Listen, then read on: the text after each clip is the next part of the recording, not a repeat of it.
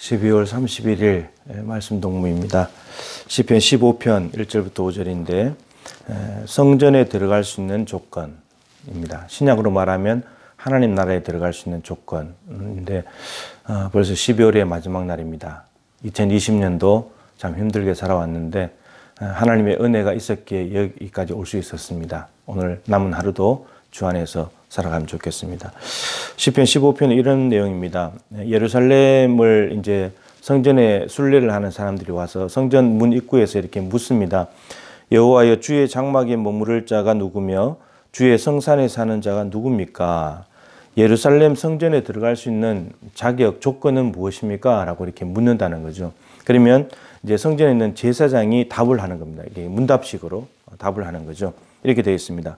정직하게 행하며 공의를 실천하며 그의 마음에 진실을 말하며 그의 혀로 남을 허물하지 아니하고 그의 이웃에게 악을 행하지 아니하며 그의 이웃을 비방하지 아니하며 몇 가지로 나눠지는데 먼저 읽어도 2절, 3절은 이런 겁니다. 중요한 것은 이 전체가 다 우리 일상생활과 연관이 되어 있습니다.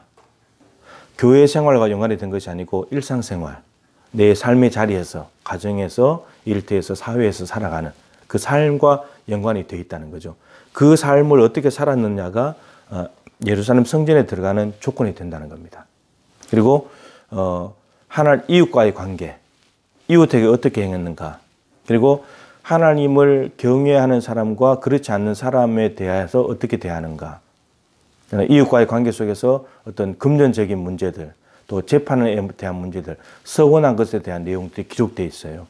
그래서 이웃에게 대해서 어떻게 처신하는가, 정직하게 행해야 된대요.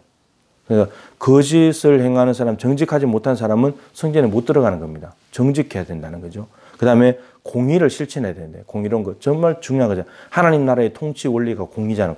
공의를 실천해야 되는데, 그리고 진실을 말해야 된다. 마음에 진실, 거짓을 말하면 안 된다는 거예요. 성전에 못 들어간다는 겁니다. 거룩한 곳이니까, 하나님께서 거기 계시니까. 이게 다 하나님의 성품이잖아요. 하나님은 정직하시고 진실하시고 그리고 공의로우신 분이시니까.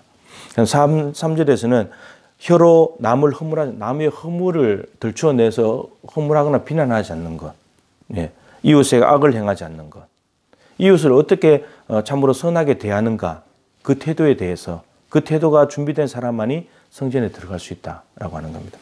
그 다음 4절은 그의 눈은 망령된 자를 멸시하며 여호와를 두려워하는 자들을 존대하며, 하나님을 두려워하는, 하나님을 경외하는 사람에 대해서 경시하냐 중시하냐에 대한 태도예요.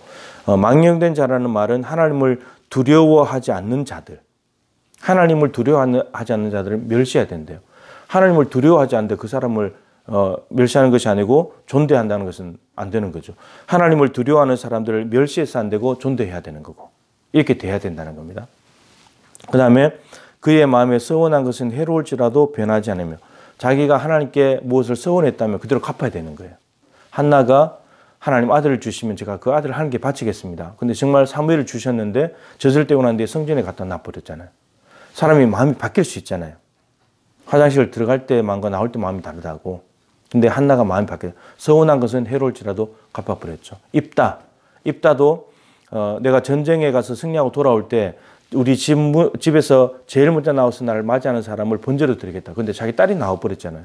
너무나 가슴을 치면서 애통했지만 놀랍게도 그 딸이 아버지께서 하나님이 주신 은혜 가운데 승리했기 때문에 입에서 나온 말대로 하십시오. 그래서 딸이 처녀로 죽잖아요. 이게 서운할 해로운 것일지라도 갚는다는 거죠. 이런 사람이 그 약속이었잖아요. 하나님과의 약속. 약속이 아무리 힘들어도 어려워도 내가 손해될 것 같고 그래도 지키는 것. 하나님 이걸 귀하게 보신다라는 겁니다. 그 다음에 5절은 이자를 받으려고 돈을 꾸짖지 말라는, 고리대금 하지 말라는 겁니다. 형제들끼리 무슨 고리대금을 하냐 이겁니다. 이는 불로소득이잖아요. 이런 것들을 조심해야 됩니다. 뇌물을 받고 무죄한 자를 해하지 않는 자. 재판할 때 뇌물 받지 마라. 여러분, 재판할 때 뇌물 받아버리면 어떻게 됩니까? 가해자가 뇌물을 준다는 것은 나 가해했던 거 덮어달라는 거죠. 좀 잘하게 판결해 달라는 거죠. 이게 사실 앞에 공의와 연결되는 건데, 재판관이, 판사가 돈을 받는 순간 이건 끝난 거예요. 이건 공의가 다 무너진 거고 정의가 다 뒤집어지는 거죠. 지금 이 사회가 여러분 공의가 다 무너져 있잖아요. 정말 상식적으로, 법을 잘 모르지만 상식적으로 봐도 살인한 사람은 징역 4년, 3년 사람을 죽였는데 근데 뭘 하나 위조했다고 징역 4년. 이게 상식적으로 말이 안 되는 거잖아요. 이런 부분들. 이러한 일들이 있는 사람들은 이렇게 살아간 사람들은 성전에 못 들어간다는 거예요. 네. 그러면서 마지막으로 약속하죠. 이런 일을 행하는 자는 영원히 흔들리지 아니하리이다. 예. 이러한 일을 행하는 사람들은 하나님의 성전에 들어갈 수 있기 때문에 들어가서 영원하신 하나님과 함께 있기 때문에 흔들리지 않는 사람이 된다는 겁니다. 그런데 이런 일들을 행하지 않는 사람들은 하나님의 성전에 들어가지 못하게 되고 그럼 하나님과의 관계가 단절되기 때문에 자기 마음대로 살아가겠죠. 부정직하고 공의가 다 무너뜨리고 불의를 행하고 그리고 진실하지 못하고 거짓을 행하고 고리대금하면서 남을 힘들게 만들고 공의로운 재판을 뇌물을 받아가지고 판결을 뒤집어 버리고 서운한 것은 내가 해로우니까 안 갚아버리고 그죠? 이웃에게 대해서 함부로 비방하고 헐뜯고 이렇게 살아가는 이 사람들이 어떻게 하나님의 인정을 받아 쓸 수 있겠습니까? 흔들릴 수밖에 없는 거죠. 삶이 뒤죽박죽인 거예요. 여기에 붙었다가 저기 붙었다가 또 상황이 좋으면 이쪽에 갔다가 저쪽에 상황 저쪽에 갔다가 흔들리는 삶을 살게 되죠. 근데 하나님 앞에서 성전에 들어가서 이러한 조건을 가지고 딱 서 있는 사람은 흔들리지 않는 거예요. 다시 뇌물을 갖자도 흔들리지 않는 거예요. 남이 잘못하는 걸 봐도 비방하지 않는 거예요. 정직을 말하는 거예요. 손에 대더라도 서운한 것을 갚는 거예요. 이런 사람은 흔들리지 않는다는 거죠. 우리가 믿음으로 구원을 얻습니다. 근데 그 믿음이 행함이 있는 구원이어야 된다는 거죠. 정말 예수님을 믿음으로 구원받는 게 맞아요. 근데 믿음 있는지를 어떻게 아냐는 거예요. 예수 믿는 믿음이 있는지를 행함으로 우리가 알 수 있다는 겁니다. 행함이 있는 믿음.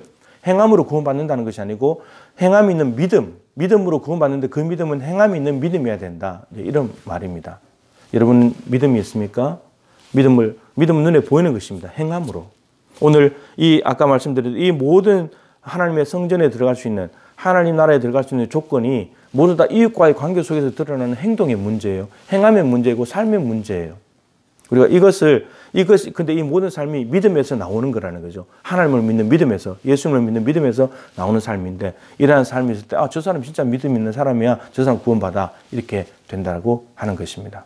오늘도 우리가 믿음과 삶이 일치하는 삶을 살아가야 될 텐데, 한 해를 어떻게 살아왔는가를 돌아보시고, 이제 오늘이 저물면 내년도 2021년도가 시작되는데, 믿음에 걸맞는 행함을 가지고, 행함이 있는 온전한 믿음을 가지고 하나님 앞에 영광 돌리고, 구원받은 성도로서 날마다 하나님 앞에 와서 하나님과 깊은 교제 속에 살아가게 되기를 주님의 이름으로 축복합니다.